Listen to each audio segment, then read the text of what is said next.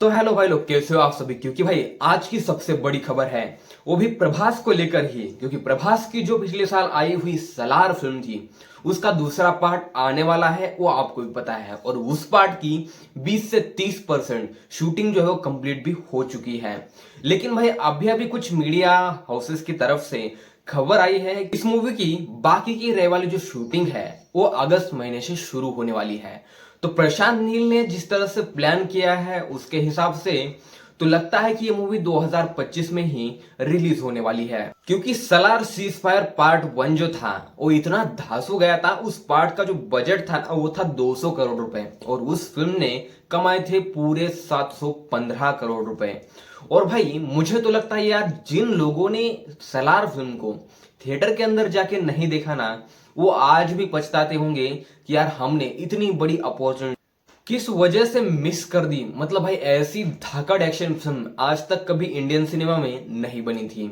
और जो प्रभास ने रोल किया था देवा का, तो भाई देवा का रोल जो था ना इस मूवी में सबसे इंपॉर्टेंट था। क्योंकि फर्स्ट हाफ में वो देवी वाला सीन हो, फिर वो कोयले के खदान वाला सीन हो, जहां पे प्रभास ऐसी मुट्ठी खींच लेते हैं और जिस तरह से दो आदमियों को ऐसे पंच मारते हैं ना, और जिस तरह से दो आदमी इधर एक गिरता है उधर एक गिरता है, वो सीन देखकर ही भाई पैसा वसूल हो जाता है। क्योंकि प्रभास की हाइट लगभग 6 फीट के ऊपर है और ऐसा आदमी 4 आदमियों को एक ही बार जोर से पटक भी देना तो भी मजा आ जाता है। जिस तरह से अमिताभ बच्चन ने कल की मूवी के अंदर 5-6 आदमियों को ऐसा उठा लिया था, तो वैसा अगर प्रभास भी कर लेना तो भी कोई फर्क नहीं पड़ता। क्योंकि अमिताभ बच्चन भी हाइट लगभग 6 फीट के ऊपर ही है और प्रभास की हाइट भी लगभग 6 फीट के ऊपर ही है। भाई जब सलार फिल्म रिलीज हुई थी ना, तब भी बहुत सारे लोगों ने बोला था कि प्रभास की ये फिल्म भी पिट जाएगी। क्योंकि भाई प्रभास ने बाहुबली 2 के बाद साहू फिल्म की थी, वो भी कुछ खास कमाल नहीं कर पाई थी बॉक्स ऑफिस के ऊपर। उसके बाद उन्होंने राधे श्याम की और राधे श्याम भी कुछ खास नहीं चली।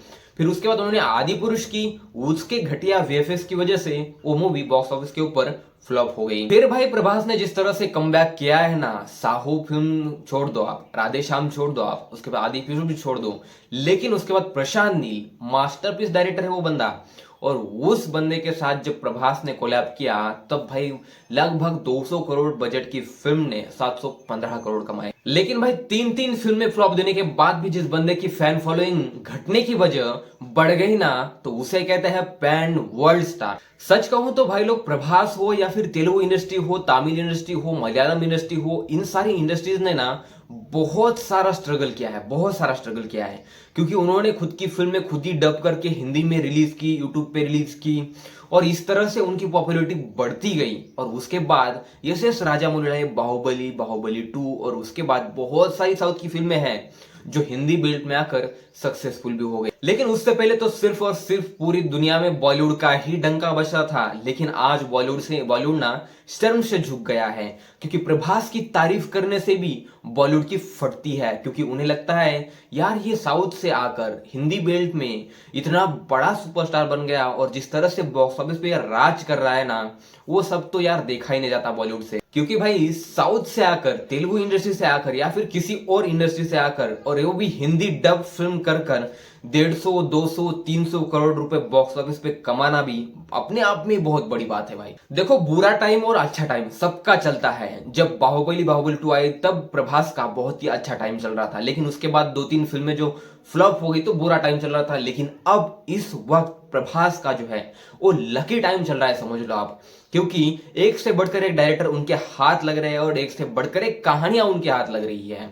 अब इससे पहले सलार के बाद कल्कि ने लगभग 700 करोड़ का आंकड़ा पार ही कर लिया है। अब इसके बाद जब वो सलार की शूटिंग स्टार्ट करेंगे और 2025 के अंदर सलार भी, और उसके बाद शायद 2025 के एंड में कल की मूवी भी आपको देखने को मिल सकती है। लेकिन भाई प्रभास की मुझे एक बात बहुत ही पसंद आती है, कंट्रोवर्सी जो है उससे मतलब मीलों दूर तक उसका कोई वास्ता ही नहीं होता है। और ऐसा भी नहीं कि मीडिया में जब वो आता है तो बहुत कुछ बोल जाता है। भाई प्रभास ना एकदम चुप बैठता है, अपनी फिल्म का प्रमोशन भी करना हो वो फिर भी वो चुप बैठता है बंदा। क्योंकि इतना यार, इतना हम्बलनेस है वो बंदा ना, आप मतलब उसकी तरफ देखकर ही बोल दो कि यार ये बंदा बहुत ही यार जबरदस्त है, मतलब प्यारा है, ऐसा आपको लगेगा। क्योंकि आज तक मुझे या फिर मुझे सुनने में भी नहीं आया है कि प्रभास ने कभी कंट्रोवर्सी की है या फिर किसी के ऊपर कुछ गलत कमेंट किया है। अगर वो बंदा बोल सके तो कुछ अच्छा ही बोलता है, बुरा तो किसी के बारे में आज तक उसने बोला ही नहीं है। भाई सलार पार्ट 1 ने यानी कि सलार सीज फायर ने जिस तरह से बॉक्स ऑफिस के ऊपर रिकॉर्ड बनाए ना 715 करोड़ के, लगभग जब सलार 2 आएगी ना तो भाई इससे डबल ने ट्रिपल भी कमा सकती है।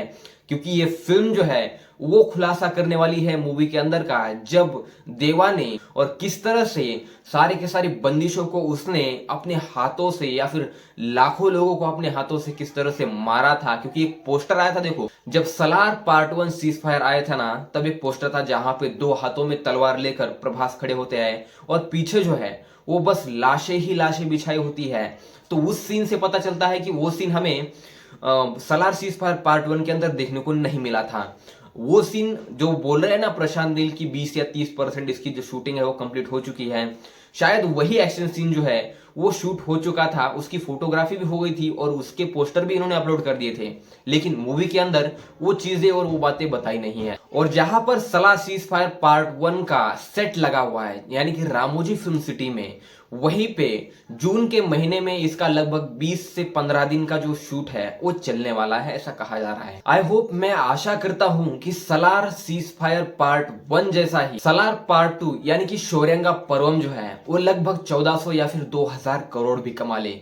क्योंकि भाई उस मूवी में वो पोटेंशियल है, मास ऑडियंस के लिए बनी हुई वो मूवी है। और जिस तरह से सलार पार्ट 1 को ऑडियंस ने एंजॉय किया था थिएटर के अंदर, और भाई प्रभास को एक्शन करते हुए देखना अपने आप में ही एक बहुत बड़ी बात होती है।